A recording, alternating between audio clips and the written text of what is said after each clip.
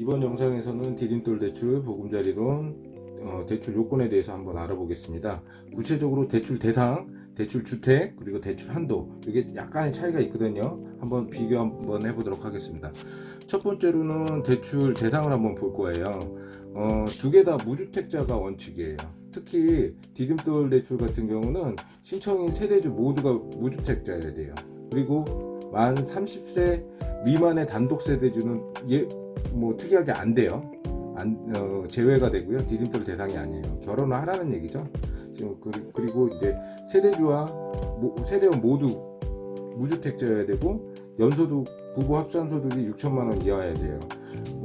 조금 일단 둘이 공무원이거나 중견기업 정도 다니시면 연소득 6천만 원이 넘는 경우가 많거든요. 그래서 오히려 디딤돌 혜택을 못 받는 분들이 종종 있다 보니 특이사항 예외 규정이 하나 생겼습니다. 생애 최초이거나 신혼부부 또 두 자녀 이상 있으면 합산소득을 7천만 원 이하까지, 1천만 원 정도 증액해서 이렇게 요건을 완화시키는 경우가 있습니다.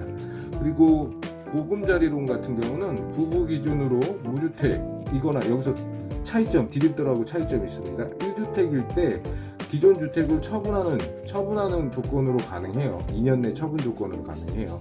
그러니까 지금 살고 있는 집을 팔고 새로운 집으로 들어갈 때 디딤돌은 안 되는데, 지금 집이 있으면 조금이라도 갖고 있던 흔적이 있으면 안 되는데 보금자리로는 가능하다는 거죠.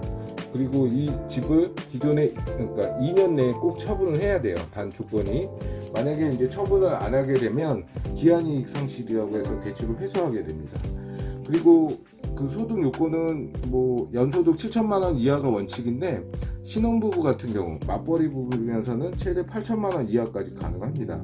그리고 외벌이일 때는, 그러니까 신혼부부인데 외벌이일 때는 디딤돌하고 같은 요건이죠. 7천만 원 이하까지 가능하세요. 그리고 요거는 그 다음에 다자녀일 때, 애를 많이 낳았어요.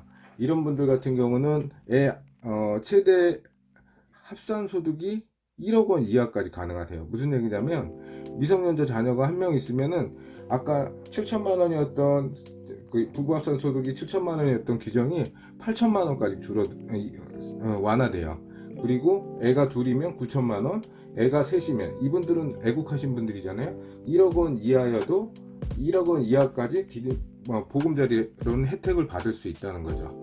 그리고 잠깐만요.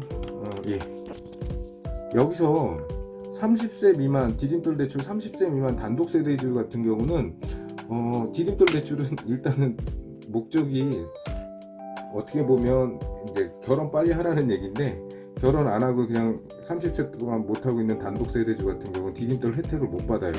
그럼 이게 좀 불공평하잖아요. 이거 나이 어린데 집을 빨리 좀 살라고 하는데 정부에서 해준 게 뭐가 있다고? 혜택에서 소외된다고 낙담하실 수 있는데, 그런 분들은 보금자리 활용하시면 되세요. 보금자리로는 활용하시면 보금자리로 됩니다. 내 집 마련할 수 있어요. 보금자리론하고 디딤돌하고 큰 틀은 똑같아요. 별 차이는 없거든요. 한번 조금 더 볼게요. 다음으로 보면 대상 주택을 한번 볼게요. 대상 주택을 보면 디딤돌 주택 같은 경우 주택 가격이 5억 원 이하이고, 주거 전용 면적이 85제곱미터 이하여야 돼요. 수도권 제외한 도시지역에서는 100제곱미터 이하여도 가능한데, 소유권 이전 등기일로부터 3개월 이내여야 됩니다. 그리고 보금자리로는 그냥 간단해요. 심플하게 좀 완화됐습니다. 주택 가격이 6억 원 이하여야 돼요. 그리고 소유권 이전일로부터 3개월 이내여야 되고, 그러니까 주택 가격이 5억 원, 그러니까 5억 원 이상 된다고 하면 어떻게 보면 서민이라고 할 수 없잖아요. 그런 분들 내 집만 실수요자라고도 할 수 없고, 그러니까 디딤돌 정부 혜택은 못 받는 거예요. 그 대신 6억 원, 보금자리로는 6억 원까지 이고요. 이게 차이점이고요. 그리고 신규 분양 아파트로서 등기가 발급되지 않은 경우 분양가를 적용해서 분양가 적용을 모두 만족할 경우 후치담보로 가능하다고 하는데, 여기서 디딤돌 대출은 재개발, 재건축 아파트는 신청이 안 되세요.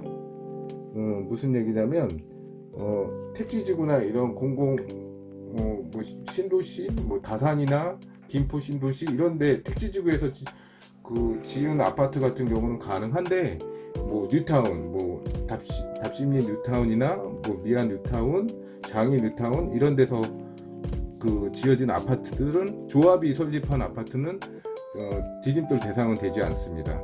단 보금자리는 대상이 돼요. 근데 전제 조건이 6억 원 이하여야 되죠.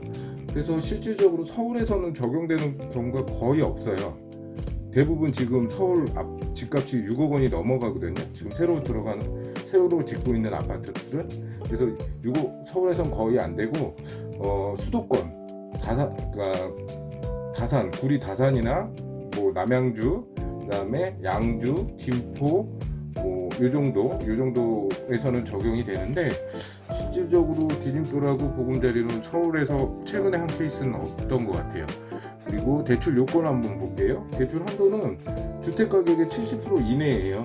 70% 이내고, 근데 여기서 또 LTV라는 영상 저희가 올려드린 거 있는데, LTV가 주택가격의 70%인데 또 한 제한이 있어요. 최대 한도는 2억 원이에요. 그러면 아까 무슨 되게 5억 원까지 아파트, 5억 원 이하의 아파트에서 디딤돌 대출이 된다고 하는데, 첫 번째 70% 조건을 하면 3억 5천이잖아요. 3억 5천을 받을 수가 없어요. 최대 금액은 2억을 넘을 수 없으니까. 무슨 얘기인지 아시겠죠? 거기서 또 예외적으로 뭐 신혼부부는 2억 2천까지 가능하고, 두 자녀 이상일 때 2억 4천까지 가능하다고 하는데, 일단은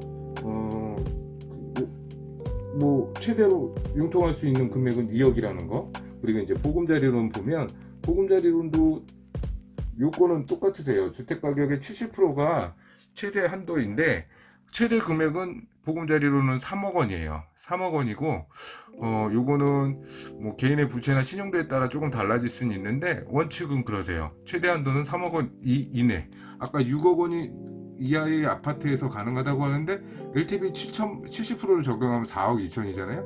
근데 4억 2천을 받을 수 있는 게 아니라 3억 원 넘을 수 없어요. 그래서 그런 경우에는 3억 원이 최대 한도라고 생각하시면 되세요. 그리고 조정지역에 유의사항이 있는데, 이거 같은 경우는 지금 보면, 지금 서울 같은 경우 투기가 과열되는 투기지역이나 투기과열지역, 조정대상지역 세 군데로 나눠져 있는데, 9.13 대책 이후로 대출 한도가 이게 70%가 아니라 60%를 적용을 합니다. 적어졌다 생각할 수 있는데, 은행에서는 또 40%가 또 최대예요. 은행보다 훨씬 더 완화됐습니다. 그리고 뭐 60% 적용되고, 최대 70% 받으려고 하면 실수요자 요건이 있어야 되는데, 요거는 뭐 3개월 이내에 잠깐만요. 3개월 이내에 대출을 신청한 경우 실수요자 요건이 된다. 5억 원 이하일 때, 또 부부 연합산 7천만 원 이하일 때, 뭐 이런 요건이 있는데, 일단은 실질적으로 서울에서 적용될 수 있는 지역은 그리 많지 않습니다. 뭐 노원 정도 될 것 같아요. 일단 그 다음에 다음을 또 넘어가 보죠.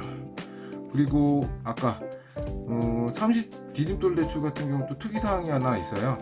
30세 이상인 미혼 단독세대, 결혼 안 한 애들한테는 차별해요. 디딤돌 대출. 아까 미혼 30세 이하 미혼 세대는 대출이 되지 않는데, 30세 이상이면 디딤돌 끼워주긴 하는데, 이럴 경우에는 주택가격이 3억 원 이하여야 돼요. 그리고 전용 면적이 60제곱미터 이하여야 되고, 그 다음에 주택가격의 70% 이내인데, 최고 한대는 1억 5천 밖에 되지 않아요. 하여튼 차별합니다. 디딤돌 대출은 솔로인 애들 아주 그냥 되게 싫어합니다. 그러니까 빨리빨리 결혼하시라는 얘기죠. 예. 일단은 그렇고, 조정대상 지역 중에 유의사항 등이 있어요.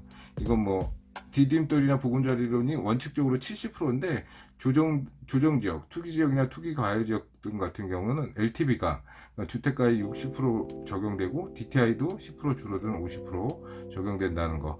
다만 실수요자 요건일 때 완화 적용돼 갖고, 기존 일반적인 것과 같이 주택가격의 LTV 70%, DTI 60%를 적용한다는 거, 그거 확인하시면 되실 것 같습니다. 일단은 뭐 정리 디딤돌하고 보금자리론에 대해서 차이점에 대해서 대출 요건에 대해서 알아봤습니다. 어떻게 도움이 되셨나 모르겠습니다. 도움이 되셨다고, 조금이라도 도움이 되셨으면 하고요. 도움이 되셨다고 하면 구독과 좋아요 부탁드리겠습니다. 네, 그러면 부자 되세요. 고맙습니다.